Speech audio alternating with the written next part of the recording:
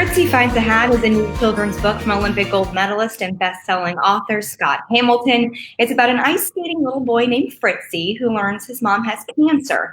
And reading the story helps parents talk with their children about the disease. The book is available on Amazon, and Scott is joining us today. Welcome, Scott. Thanks for joining us. Yay! It's a great, man, this is so fun. I love everything about Fritzy Finds a Hat. I love the idea, which is this is a beautiful brainchild of Mary Coffeen, who I know is on this Facebook Live today watching and hopefully participating. And, it was a collaborative effort. Brad Paisley and his sons did a lot of the illustrations inside the book. And Carrie Morgan, who's the executive director of the CARES Foundation, was the kind of in charge of assembling it. We had a huge team, and it's a big success story.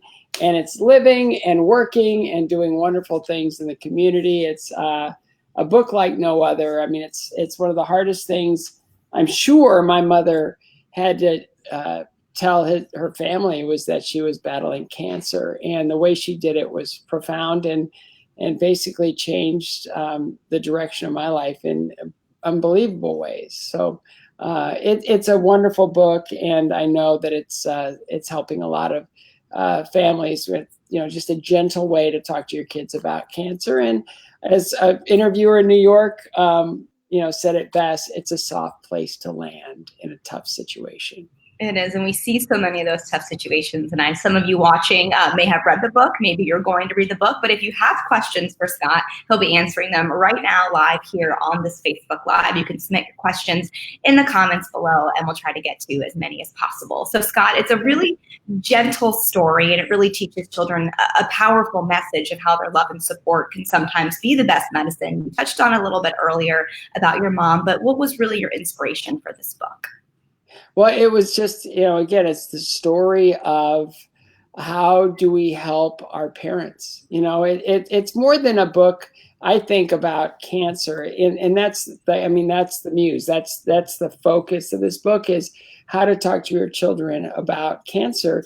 But it's an empowering book because it teaches children that they can be a help to their parents, that when their parents are struggling, they can be a source of relief, a source of hope and joy and of service. So it's cute and it's clever and it's beautiful and it's really powerful at the same time. So it's just great to see sort of my mom come alive on the pages of this book, and to help really craft the message of how to talk to our kids about cancer.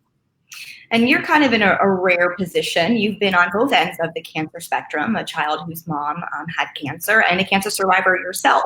So what do you think the most important things parents should know when they're talking to their kids about cancer? Well, ultimately, my mom taught me how to go through my cancer. She, and it's in the book dedication, I may even just sneak that in because, we want to read the book, but when she went through it, her spirit and her ability to communicate in really super positive ways, really allowed me to, when I was faced with my own cancer, remember a lot of the things that she said. And she would say things like, "Oh, this chemotherapy, I finally found a way to lose all this weight." She just turned a really tough thing into something kind of amazing. And then she'd say, "Oh, chemo? Man, I've wanted to quit smoking all these years. Now I have no desire." And she would say things like, "Oh, I've always hated my hair. Now that it's gone, these wigs are so much easier and they're so beautiful. I'm just so grateful." And like, really? I don't think I've ever heard anybody talk about a chemotherapy experience like that. And so when I went through my own chemo, she kind of came back to me in a way like, it's like, no, you control your environment. You're in charge of your space and how other people, kind of respond to your battle. And so I used a lot of her joy and her spirit to kind of identify the best ways for me to survive my own cancer. Again, Scott will be answering your questions right here live on Facebook. You can submit those questions in the comments below, and we'll try to get to as many. Totally open book. Totally open, wide open. Yeah. So Scott, the illustrations are by Brad Paisley, which people may not think, hey, he illustrates children's books. So how did Brad get involved with the book? I mean, well, this is his first one, right? So yeah, why not?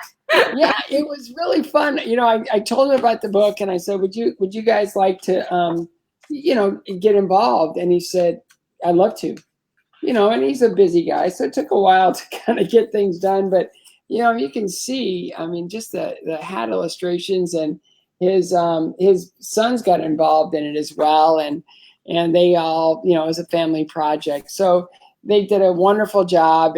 They captured the spirit of the book and the hats, and it was really fun to, you know, share that with Brad. You know, it's, if he's not writing music or playing guitar or singing, he's probably creating some beautiful work of art.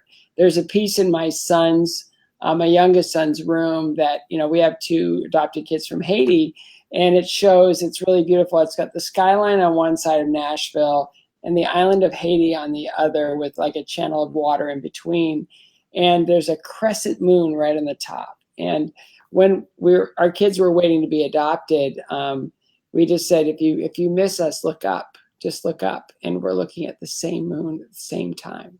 That's our connection. So he entitled the piece Same Moon, and it hangs in my son's room. So Brad's a wonderful artist, and not only musically, but also, you know, on canvas and now in children's books. And he was kind enough to participate and do this for us.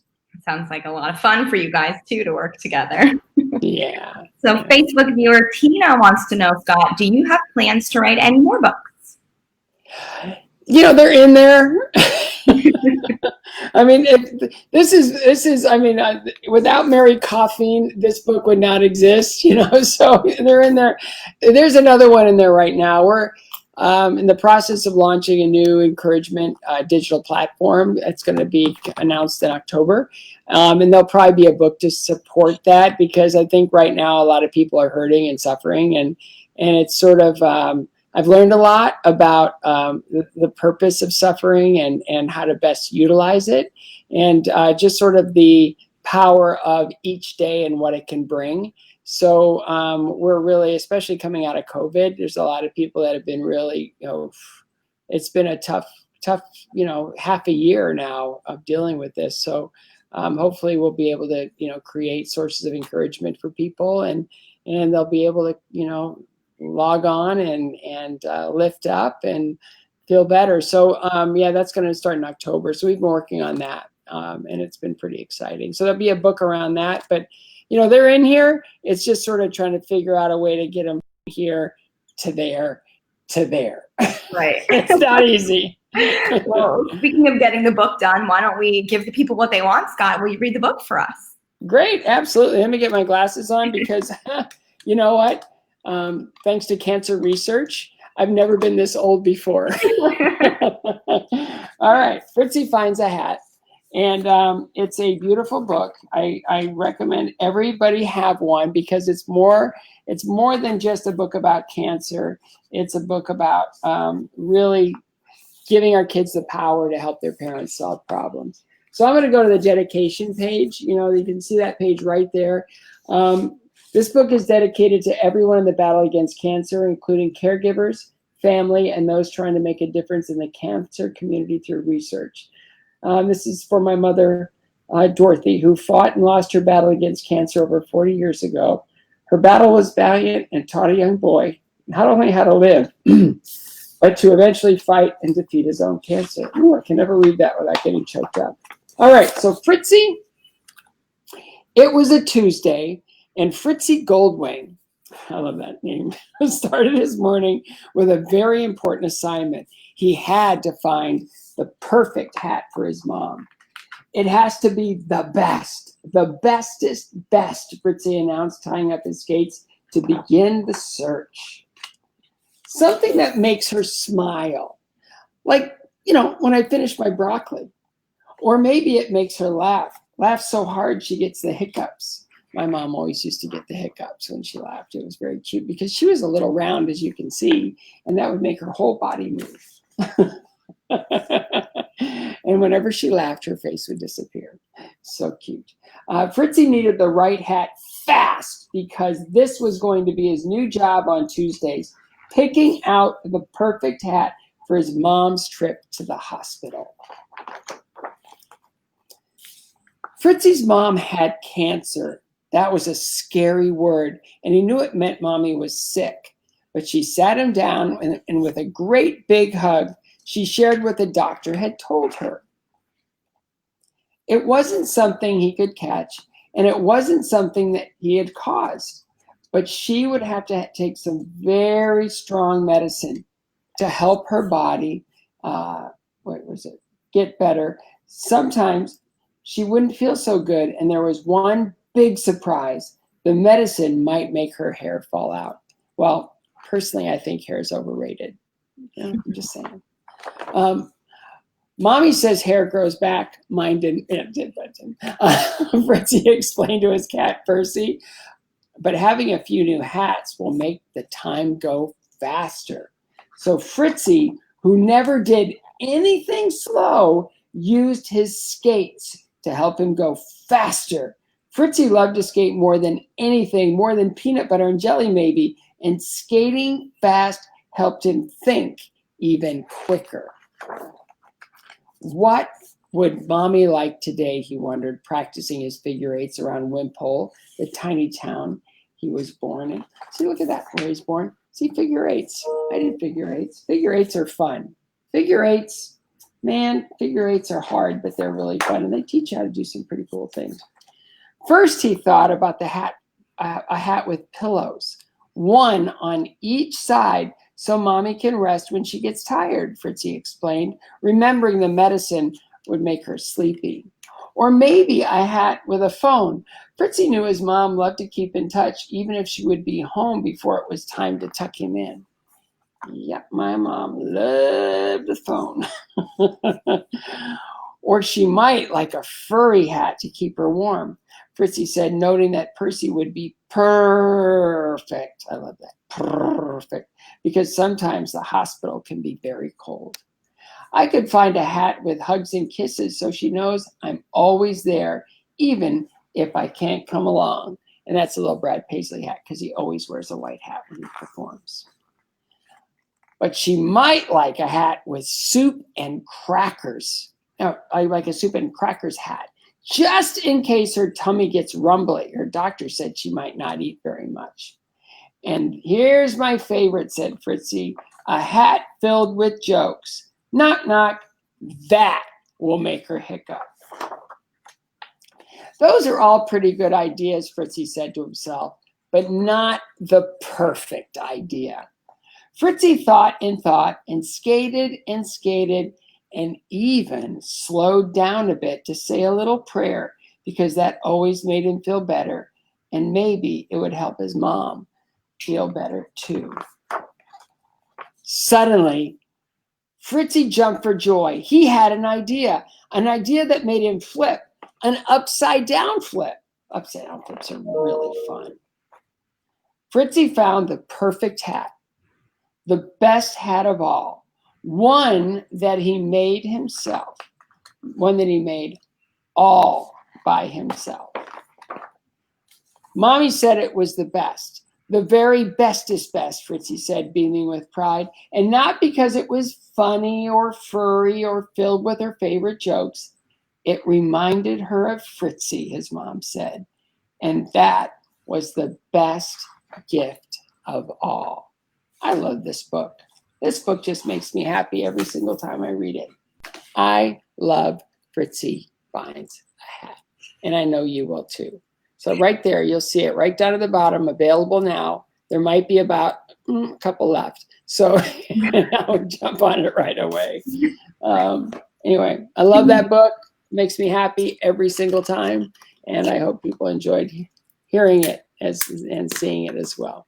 And it's not just a great book, it's a book with a great cause. How will this book help Moffitt in cancer research? Well, all the proceeds go towards cancer research through the CARES Foundation, My CARES Foundation. There it is. Right there. That's what it looks like, scottcares.org. And, the other half of it goes to Moffitt and, their ability to help people better deal with and survive cancer. Moffitt is a center of excellence, a place like no other. It is a magnificent cancer center that does miraculous things. And so partnering with them in every way we possibly can is awesome. When I lost my mom, I became a fundraiser. When I survived cancer, I became more of an activist. So we got a lot of work to do in the cancer community, and Moffitt's doing a lot of the heavy lifting, and magnificently, I might add. And again, Scott will be answering your questions if you have any right here live on Facebook. Put the questions in the comment section below, and we will get to that and as many as we can. Scott, did you wear a hat during the treatment? I wear a lot of hats now just to protect myself from the sun. Which is also this right here, it's a solar panel, just for a machine of many different purposes. I wear lots of hats, and some when I used to skate, especially never as an amateur competitor, but always as a professional, there would always be some sort of hat somewhere that would just sort of add character to whatever the performance was. And generally, when I go out, especially to, do what I tell everybody to do, protect yourself from the sun, because there's not a lot of natural protection up there. I wear a lot of baseball caps, so they're all over the house. I got 8 in my car, I got 12 in my closet, so I wear lots of hats and different kinds from different things. There's a lot of cancer hats, there are a lot of sports hats, a lot of cancer cause related hats, so. And it's fun. Peggy Fleming gave me one years ago. When she went through her breast cancer, everybody she would see in the supermarket were saying, "How are you?" And she got so tired of, answering the question that she made a hat and it says, "I'm fine." And so she'd wear that out and people would go to ask her and they go, "Oh, okay, never mind." Got it. It saved her a lot of time. Have any of your readers, Scott, given you any stories or told you if this book, how the book helped them get through, what they're dealing with their families?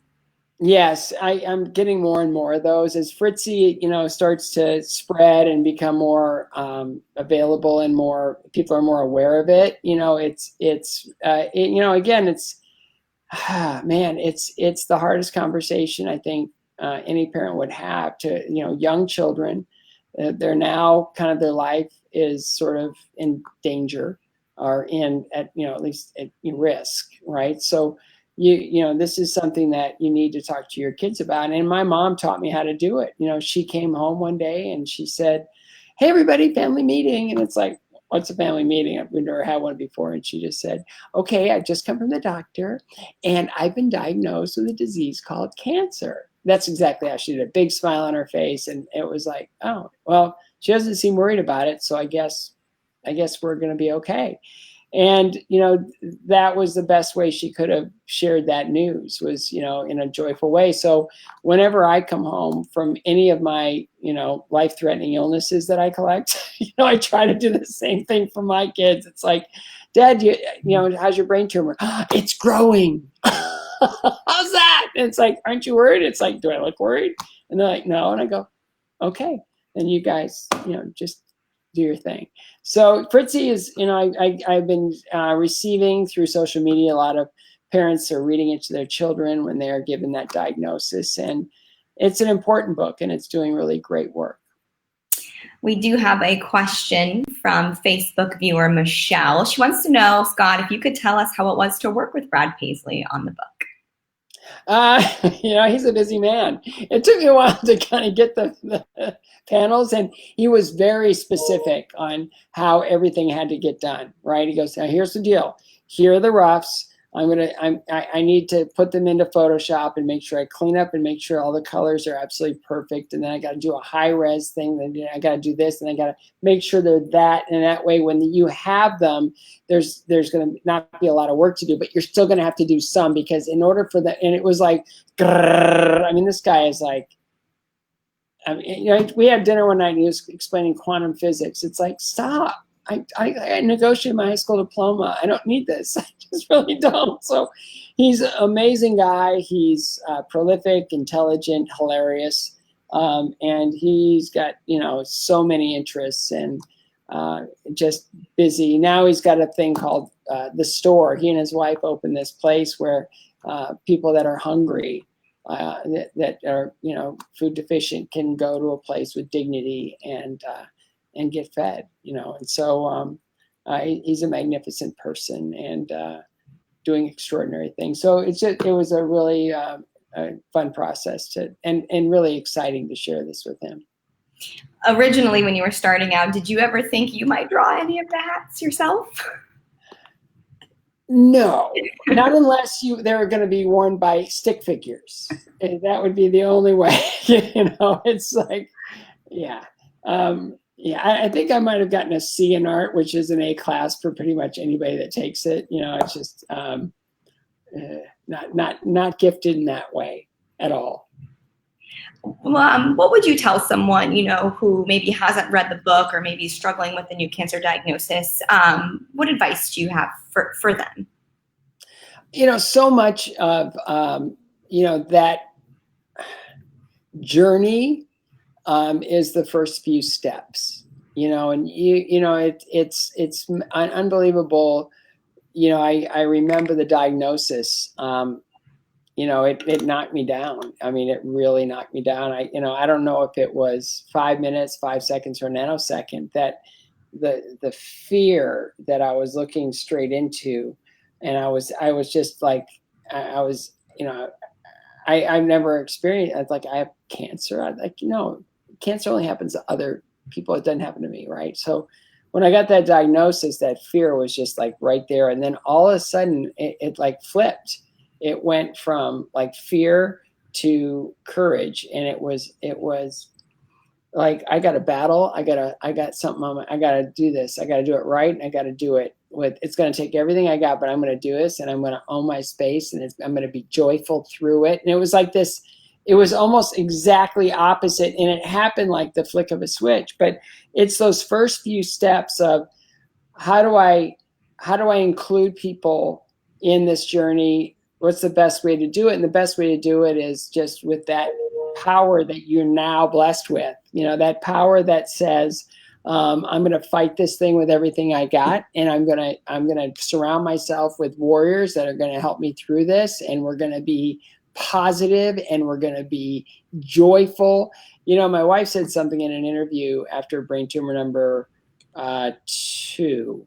And no, it was after brain tumor number 1. No, it wasn't 3, but it was 1. So that's what happens when you have so much brain damage.